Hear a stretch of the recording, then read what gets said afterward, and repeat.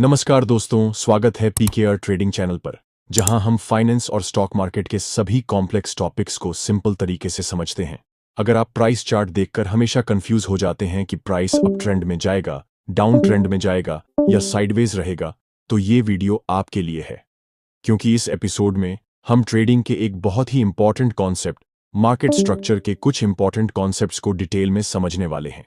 क्योंकि market structure को समझना हर ट्रेडर के लिए जरूरी होता है, क्योंकि जो इसे सही तरीके से समझकर ट्रेड करता है वही कंसिस्टेंट प्रॉफिट कमा पाता है।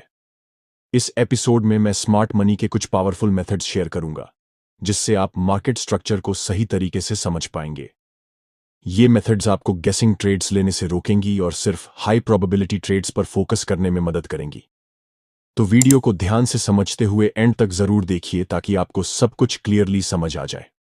तो चलिए वीडियो को स्टार्ट करते हैं। आप वीडियो को एक लाइक कर लीजिए, और अगर आप इस चैनल पर न्यू हैं तो चैनल को भी सब्सक्राइब जरूर कर लीजिए।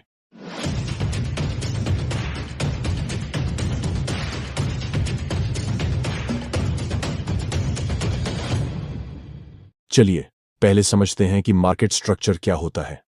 जब हम प्राइस चार्ट देखते हैं तो हमें यह समझ आता है कि मार्केट रैंडमली मूव नहीं करता, बल्कि एक स्ट्रक्चर को फॉलो करता है। इसी स्ट्रक्चर को हम मार्केट स्ट्रक्चर कहते हैं। मार्केट स्ट्रक्चर को समझने की अलग अलग थ्योरीज हैं, लेकिन हम इस एपिसोड में सबसे इंपॉर्टेंट थ्योरीज को कवर करने की कोशिश करेंगे। हमारी पहली थ्योरी है डाउ थ्योरी। डाउ थ्योरी के अनुसार प्राइस सिर्फ 3 तरीकों से मूव कर सकता है: अप ट्रेंड, डाउन ट्रेंड और साइडवेज। चलिए इन्हें एक सिंपल और लॉजिकल तरीके से समझते हैं, जो एक ट्रेडर के काम आए। जब मार्केट लगातार हायर हाइज और हायर लोज बना रहा होता है तो उसे हम अप ट्रेंड कहते हैं, यानी कि मार्केट धीरे धीरे अप ट्रेंड में बढ़ रहा होता है। इस समय मार्केट में डिमांड सप्लाई से ज्यादा होती है और बायर्स अधिक प्राइस में बाइंग करने में इंटरेस्ट ले रहे होते हैं, जबकि सेलर्स इतने ज्यादा स्ट्रांग नहीं होते कि वे प्राइस को नीचे गिरा सकें। जब मार्केट अप ट्रेंड में होता है तो प्राइस 2 फेजेस में मूव करता है। पहला है इंपल्सिव मूव, जिसमें बायर्स एग्रेसिवली प्राइस को ऊपर की तरफ पुश करते हैं और एक स्ट्रांग अपवर्ड मूव बनता है। दूसरा है रिट्रेसमेंट मूव, जो एक टेम्पररी पुल बैक होता है, जब ट्रेडर्स अपने प्रॉफिट्स बुक करते हैं और रिट्रेसमेंट के बाद मार्केट फिर से ऊपर जाने के लिए रेडी हो जाता है। डाउन ट्रेंड मार्केट बिल्कुल अप ट्रेंड का ऑपोजिट होता है। जब प्राइस लगातार लोअर हाइज और लोअर लोज बना रहा होता है तो इसे डाउन ट्रेंड कहा जाता है। इस स्थिति में सेलर्स बायर्स से ज्यादा पावरफुल होते हैं और मार्केट को नीचे धकेलने की कोशिश करते हैं। डाउन ट्रेंड में प्राइस 2 तरीकों से मूव करता है। पहला, इंपल्सिव मूव, जिसमें सेलर्स अग्रेसिवली प्राइस को डाउन साइड पुश करते हैं, जिससे मार्केट में एक स्ट्रांग डाउनवर्ड मूवमेंट बनती है। इसके बाद रिट्रेसमेंट मूव आता है, जो सेलर्स की प्रॉफिट बुकिंग के कारण एक टेम्पररी पुल बैक होता है। जब यह पुल बैक कंप्लीट हो जाता है तो मार्केट दोबारा नीचे गिरने लगता है और डाउन ट्रेंड जारी रहता है। जहां ज्यादातर ट्रेडर्स गलतियां करते हैं वह है साइडवेज मार्केट। यह एक ऐसा फेज होता है जिसमें प्राइस फ्लैट हाइज और फ्लैट लोज के बीच मूव करता है। इसका मतलब होता है कि बायर्स और सेलर्स बराबर ताकतवर होते हैं। यह एक वेटिंग फेज होता है, जिसमें मार्केट अपनी एनर्जी इकट्ठा करता है किसी बड़े मूव के लिए। इसे हम एक टग ऑफ वॉर की तरह समझ सकते हैं, जिसमें कभी बायर्स प्राइस को ऊपर खींचते हैं और कभी सेलर्स नीचे ले जाते हैं, लेकिन दोनों में से कोई भी जीत नहीं पाता। साइडवेज मार्केट में सबसे बड़ी गलती ट्रेडर्स जल्दबाजी में ब्रेकआउट के पीछे भागकर करते हैं। साइडवेज मार्केट को ट्रेड करने का बेहतर तरीका यह है कि थोड़ा वेट करें और देखें कि बायर्स या सेलर्स में से कौन मार्केट पर कंट्रोल ले रहा है।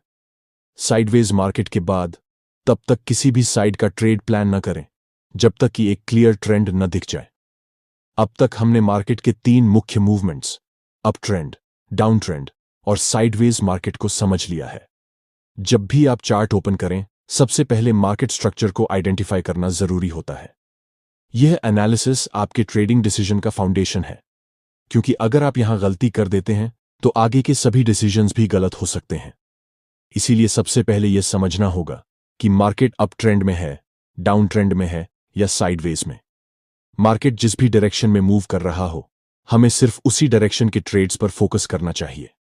अगर मार्केट अप ट्रेंड में है तो बाइंग अपॉर्चुनिटीज ढूंढनी चाहिए, और अगर डाउन ट्रेंड में है तो सेलिंग अपॉर्चुनिटीज पर ध्यान देना चाहिए। मार्केट स्ट्रक्चर को सही से आइडेंटिफाई करना इसीलिए इंपॉर्टेंट है, क्योंकि यह बताता है कि हमें बाय करना है या सेल। अगर मार्केट अप ट्रेंड में है तो देखना होगा कि प्राइस इंपल्सिव मूव में है या रिट्रेसमेंट में। इंपल्सिव मूव में प्राइस पहले से स्पीड से ऊपर बढ़ रहा होता है तो तुरंत बाय करना रिस्क हो सकता है। लेकिन अगर प्राइस रिट्रेसमेंट मूव में है तो एक अच्छा बाइंग एंट्री पॉइंट मिल सकता है। इसी तरह अगर मार्केट डाउन ट्रेंड में है तो रिट्रेसमेंट के दौरान बेस्ट सेलिंग अपॉर्चुनिटी मिलती है। इंपल्सिव और रिट्रेसमेंट मूव्स को समझकर ही सही एंट्री और एग्जिट पॉइंट्स आइडेंटिफाई किए जा सकते हैं। जैसे कि इस चार्ट पर आप देख सकते हैं कि प्राइस यहां पर कुछ इस तरह से मूव कर रहा है। तो अब आपको खुद से 3 महत्वपूर्ण सवाल पूछने हैं कि क्या मार्केट अप ट्रेंड में है, डाउन ट्रेंड में है या साइडवेज में है। अगर मार्केट कंटिन्यूअस हायर हाइज और हायर लोज बना रहा है तो हम कह सकते हैं कि मार्केट अप ट्रेंड में मूव कर रहा है। अब अगला सवाल खुद से पूछना है कि क्या मार्केट इंपल्सिव फेज में है या रिट्रेसमेंट फेज में। अगर मार्केट इंपल्सिव फेज में है तो इस समय आपको वेट करना चाहिए और एंट्री नहीं लेनी चाहिए। लेकिन अगर मार्केट रिट्रेसमेंट फेज में है तो आपको बाइंग साइड की कॉन्फर्मेशन देखकर लॉन्ग ट्रेड में एंटर करना चाहिए। अब यह समझते हैं कि हम इंपल्सिव मूव के बिगिनिंग और रिट्रेसमेंट मूव के एंड को कैसे आइडेंटिफाई कर सकते हैं। इंपल्सिव मूव के बिगिनिंग और रिट्रेसमेंट मूव के एंड को पहचानने के लिए सपोर्ट और रेजिस्टेंस की नॉलेज बहुत जरूरी होती है। सपोर्ट एक ऐसा लेवल होता है जहां डिमांड इतनी स्ट्रांग होती है कि जब भी प्राइस वहां पहुंचता है तो नीचे गिरने से रुक जाता है और बायर्स एंटर करके प्राइस को ऊपर पुश करते हैं। वहीं रेजिस्टेंस एक ऐसा लेवल होता है जहां सप्लाई इतनी स्ट्रांग होती है कि जब प्राइस वहां पहुंचता है तो ऊपर जाने से रुक जाता है और सेलर्स एंटर करके प्राइस को नीचे पुश करते हैं। इन लेवल्स की मदद से हम आइडेंटिफाई कर सकते हैं कि इंपल्सिव मूव कब एंड हो सकता है और रिट्रेसमेंट मूव कब स्टार्ट हो सकता है, या फिर इंपल्सिव मूव कब स्टार्ट होगा और रिट्रेसमेंट मूव कब एंड हो सकता है। अगर इसे एक एग्जाम्पल से समझें तो जैसे कि आप इस चार्ट पर देख सकते हैं, प्राइस अप ट्रेंड में मूव कर रहा है क्योंकि यह हायर हाइज और हायर लोज बना रहा है। अब देखिए, जब प्राइस रेजिस्टेंस लेवल के पास पहुंचता है तो यहां कई बायर्स अपने प्रॉफिट्स बुक करने लगते हैं।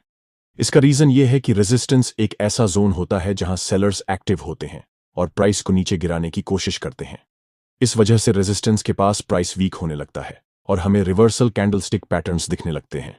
यह इंडिकेट करता है कि इंपल्सिव फेज खत्म हो रहा है और रिट्रेसमेंट फेज स्टार्ट हो रहा है। अब हमें सिर्फ एक चीज पर फोकस करना होता है, रिट्रेसमेंट फेज कहां एंड हो सकता है। रिट्रेसमेंट के दौरान एक लॉजिकल एरिया होता है, पहले का रेजिस्टेंस लेवल, जो अब सपोर्ट की तरह एक्ट करता है। हाई प्रोबेबिलिटी होती है कि जब प्राइस रिट्रेसमेंट लेते हुए इस सपोर्ट लेवल तक पहुंचता है तो वहां से एक नया इंपल्सिव मूव स्टार्ट हो। इसी जगह पर डिसिप्लिन ट्रेडर्स बाइंग कॉन्फर्मेशन देखकर लॉन्ग ट्रेड एंटर करते हैं ताकि वे ट्रेंड को दोबारा से ज्वाइन कर सकें। अब इसी तरह से आप इस चार्ट पर भी देख सकते हैं कि प्राइस डाउन ट्रेंड में मूव कर रहा है क्योंकि यह कंटिन्यूअसली लोअर हाइज और लोअर लोज बना रहा है। अब देखिए, जब प्राइस सपोर्ट लेवल के पास पहुंचता है तो यहां कई सेलर्स अपने प्रॉफिट्स बुक करने लगते हैं। इसका रीजन यह है कि सपोर्ट एक ऐसा जोन होता है जहां बायर्स एक्टिव होते हैं और प्राइस को ऊपर पुश करने की कोशिश करते हैं। इस वजह से सपोर्ट के पास प्राइस टेम्पोररीली स्टेबलाइज होने लगता है और हमें बुलिश रिजेक्शन कैंडलस्टिक पैटर्न्स दिखने लगते हैं। यह इंडिकेट करता है कि इंपल्सिव फेज खत्म हो रहा है और रिट्रेसमेंट फेज स्टार्ट हो रहा है। अब हमें सिर्फ एक चीज पर फोकस करना होता है, रिट्रेसमेंट फेज कहां एंड हो सकता है। रिट्रेसमेंट के दौरान एक लॉजिकल एरिया होता है, पहले का सपोर्ट लेवल, जो अब रेजिस्टेंस की तरह एक्ट करता है। हाई प्रोबेबिलिटी होती है कि जब प्राइस रिट्रेसमेंट लेते हुए इस रेजिस्टेंस लेवल तक पहुंचता है तो वहां से एक नया इंपल्सिव मूव स्टार्ट हो। इसी जगह पर डिसिप्लिन ट्रेडर्स सेलिंग कन्फर्मेशन देखकर शॉर्ट ट्रेड एंटर करते हैं ताकि वे ट्रेंड को दोबारा से ज्वाइन कर सकें। जब मार्केट अपना ट्रेंडिंग मूव खत्म करने वाला होता है तो वह हमें चार्ट पैटर्न्स के जरिए एक सिग्नल देता है। यह पैटर्न्स बाइंग और सेलिंग प्रेशर के चेंजेस के कारण बनते हैं और अगर आप इन्हें समय पर आइडेंटिफाई कर लें तो ट्रेंड रिवर्सल होने से पहले ही आप उसका अंदाजा लगा सकते हैं। 2 सबसे ज्यादा इंपॉर्टेंट चार्ट पैटर्न्स होते हैं जो हमें पहले ही बता देते हैं कि ट्रेंडिंग मूव अब वीक हो चुका है और अब ट्रेंड चेंज हो सकता है। इस एपिसोड में हम 2 चार्ट पैटर्न्स जो कवर करने वाले हैं वो हैं डबल टॉप और डबल बॉटम। ये चार्ट पैटर्न्स मार्केट के मेजर ट्रेंड रिवर्सल्स का इंडिकेशन देते हैं। अगर मार्केट एक अप ट्रेंड में है तो डबल टॉप पैटर्न सिग्नल देता है कि बायर्स की स्ट्रेंथ कम हो रही है और सेलर्स कंट्रोल ले सकते हैं, जिससे मार्केट डाउन ट्रेंड में शिफ्ट हो सकता है। वहीं अगर मार्केट डाउन ट्रेंड में है तो डबल बॉटम पैटर्न ये दिखाता है कि सेलर्स वीक हो रहे हैं और बायर्स पावर में आ रहे हैं, जो एक बुलिश रिवर्सल का इंडिकेशन होता है। अब चलिए इनके पीछे की साइकोलॉजी को समझ लेते हैं। डबल टॉप पैटर्न तब बनता है जब मार्केट अप ट्रेंड में होता है और प्राइस कंटिन्यूअसली हायर हाइज और हायर लोज बना रहा होता है। जब एक स्टेज पर प्राइस एक स्ट्रॉन्ग रेजिस्टेंस लेवल तक पहुंचता है, वहां सेलर्स एंटर करते हैं और प्राइस नीचे गिरता है। लेकिन सेलर्स की स्ट्रेंथ अभी कंफर्म नहीं होती और प्राइस फिर से ऊपर जाता है। लेकिन इस बार प्राइस अपने पिछले रेजिस्टेंस लेवल को तोड़ नहीं पाता। यह दिखाता है कि बायर्स की मोमेंटम वीक हो रही है और सेलर्स कंट्रोल लेने की कोशिश कर रहे हैं। जब प्राइस इस डबल टॉप स्ट्रक्चर से नीचे ब्रेक डाउन करता है, यानी पहले के लो को तोड़ देता है, तो यह कॉन्फर्मेशन होती है कि ट्रेंड रिवर्सल हो चुका है और अब मार्केट बेरिश मूव कर सकता है। अगर यह डबल टॉप पैटर्न किसी रेजिस्टेंस लेवल पर बन जाता है तो इसका विन रेट और ज्यादा इंक्रीज हो जाता है। इसी तरह से डबल बॉटम पैटर्न तब बनता है जब मार्केट डाउन ट्रेंड में होता है और प्राइस कंटिन्यूअसली लोअर लोज और लोअर हाइज बना रहा होता है। जब एक स्टेज पर प्राइस एक स्ट्रॉन्ग सपोर्ट लेवल तक गिरता है, जहां बायर्स एंटर करते हैं और प्राइस ऊपर मूव करता है। लेकिन बायर्स की स्ट्रेंथ अभी कंफर्म नहीं होती और प्राइस फिर से नीचे गिरता है। लेकिन इस बार प्राइस अपने पिछले सपोर्ट लेवल को ब्रेक नहीं कर पाता। यह दिखाता है कि सेलर्स की मोमेंटम वीक हो रही है और बायर्स कंट्रोल लेने की कोशिश कर रहे हैं। जब प्राइस इस डबल बॉटम स्ट्रक्चर से ऊपर ब्रेकआउट करता है, यानी पहले के हाई को ब्रेक कर देता है, तो यह कन्फर्मेशन होती है कि ट्रेंड रिवर्सल हो चुका है और अब मार्केट बुलिश मूव कर सकता है। अगर यह डबल बॉटम पैटर्न किसी सपोर्ट लेवल पर बन जाता है तो इसका विन रेट और ज्यादा इंक्रीज हो जाता है। अब तक आपको मार्केट स्ट्रक्चर के बारे में अच्छे से समझ आ चुका है, कैसे market up trend, down trend या साइडवेज मूव करता है और हमें इसे कब और कैसे ट्रेड करना चाहिए। अब हम मार्केट स्ट्रक्चर के एक और पावरफुल मेथड को समझते हैं, जिसे वाइकॉफ मेथड कहते हैं। बट आगे बढ़ने से पहले, अगर आपको यह वीडियो इन्फॉर्मेटिव लग रही है तो वीडियो को एक लाइक करके चैनल को भी सब्सक्राइब जरूर कर लीजिए।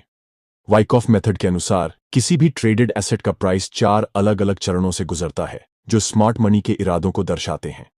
जब मार्केट डाउन ट्रेंड में मूव कर रहा होता है तो एक स्टेज आती है जहां प्राइस का गिरना रुक जाता है और वह एक रेंज में कंसोलिडेट करने लगता है, जिसे हम एक्यूमुलेशन फेज कहते हैं। इस दौरान बड़े प्लेयर्स और स्मार्ट मनी चुपचाप अपनी पोजीशन बनाना शुरू कर देते हैं। ये बड़े प्लेयर्स सीधे बड़ा बाइंग ऑर्डर प्लेस नहीं करते, बल्कि मार्केट में लिक्विडिटी क्रिएट करने के लिए फॉल्स ब्रेकआउट्स या मैनिपुलेशन का उपयोग करते हैं। वे प्राइस को रेंज के सपोर्ट के नीचे ले जाकर रिटेल ट्रेडर्स को घबराकर बेचने के लिए मजबूर करते हैं। जब रिटेल ट्रेडर्स ब्रेकडाउन देखकर पैनिक सेलिंग करने लगते हैं तो बड़े प्लेयर्स को सस्ते दाम पर बाइंग करने का मौका मिल जाता है। इंस्टीट्यूशंस अपने बड़े बाइंग ऑर्डर्स प्लेस कर देते हैं। जैसे ही वे अपनी एक्यूमुलेशन और मैनिपुलेशन पूरी कर लेते हैं, मार्केट एक स्ट्रॉन्ग ब्रेकआउट के साथ अप ट्रेंड में शिफ्ट हो जाता है और मार्कअप फेज शुरू होता है। इस फेज में प्राइस हायर हाइज और हायर लोज बनाने लगता है, जो इस बात की पुष्टि करता है कि बायर्स ने मार्केट पर नियंत्रण कर लिया है। ब्रेकआउट के बाद नए बायर्स मार्केट में अट्रैक्ट होते हैं, जिनमें रिटेल ट्रेडर्स भी शामिल होते हैं।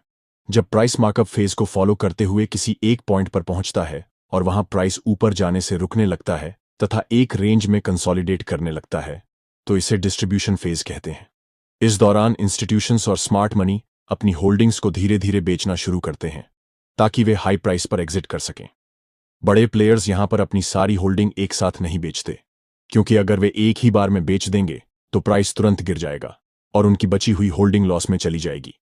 इसलिए पहले बड़े प्लेयर्स इस डिस्ट्रीब्यूशन फेज के रेजिस्टेंस का ब्रेकआउट करते हैं। जब यहां ब्रेकआउट होता है तो रिटेल ट्रेडर्स सोचते हैं कि अब अप ट्रेंड दोबारा स्टार्ट हो रहा है और वे बाइंग करने लगते हैं।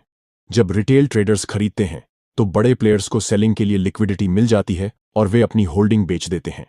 इसके बाद डिस्ट्रीब्यूशन फेज का ब्रेकडाउन होता है, रिटेल बायर्स ट्रैप हो जाते हैं और मार्कडाउन फेज शुरू हो जाता है।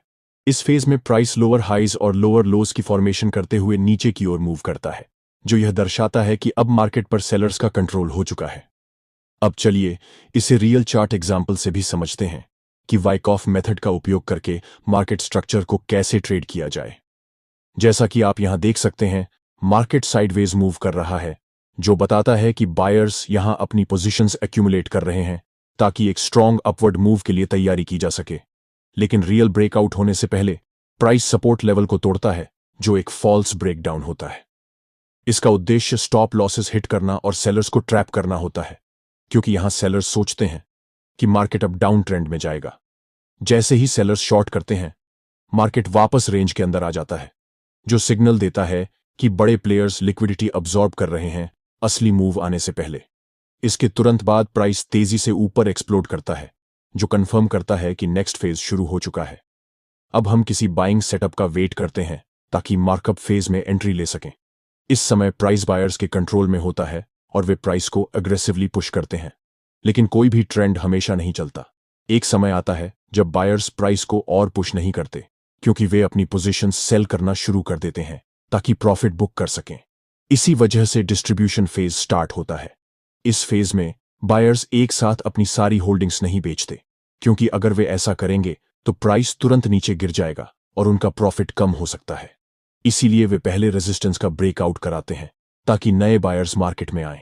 जैसे ही प्राइस रेजिस्टेंस तोड़ता है, नए बायर्स बाइंग करना स्टार्ट कर देते हैं। लेकिन यही बड़े प्लेयर्स के लिए लिक्विडिटी क्रिएट करता है। यहां से बड़े प्लेयर्स अपनी होल्डिंग सेल करना स्टार्ट कर देते हैं और प्राइस फिर से रेंज के अंदर आ जाता है, जो सिग्नल देता है कि अप ट्रेंड वीक हो रहा है। जब प्राइस सपोर्ट तोड़ता है तो मार्कडाउन फेज शुरू हो जाता है, जिसमें प्राइस लोअर हाइज और लोअर लोज बनाता हुआ नीचे गिरता है। इस फेज में हमें सिर्फ शॉर्ट ट्रेड्स पर फोकस करना चाहिए।